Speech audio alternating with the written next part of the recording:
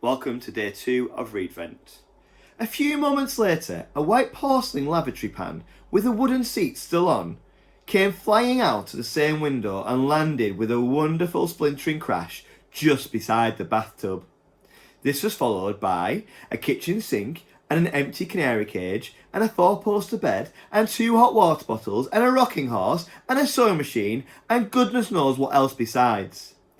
It looked as though some madman was ripping out the whole of the inside of the house, because now pieces of staircase and bits of the banisters and a whole lot of old floorboards came whistling through the windows.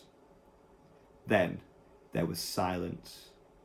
I waited and waited, but not another sound came from within the building.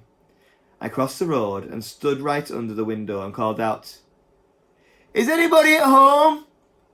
There was no answer.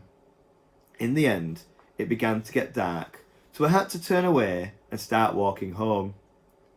But you can bet your life nothing was going to stop me from hurrying back there again tomorrow morning to see what the next surprise was going to be.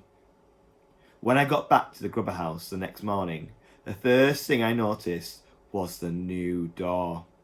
The dirty old brown door had been taken out, and in its place somebody had fitted a brand new red one. The door was fantastic. It was twice as high as the other one had been, and it looked ridiculous. I couldn't begin to imagine who would want a tremendous tall door like that in his house, unless it was a giant.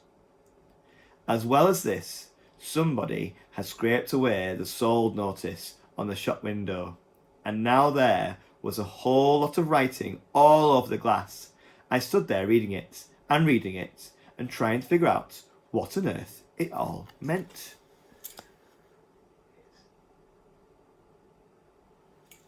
Tune in tomorrow for day 3 of READvent and the next part of the story.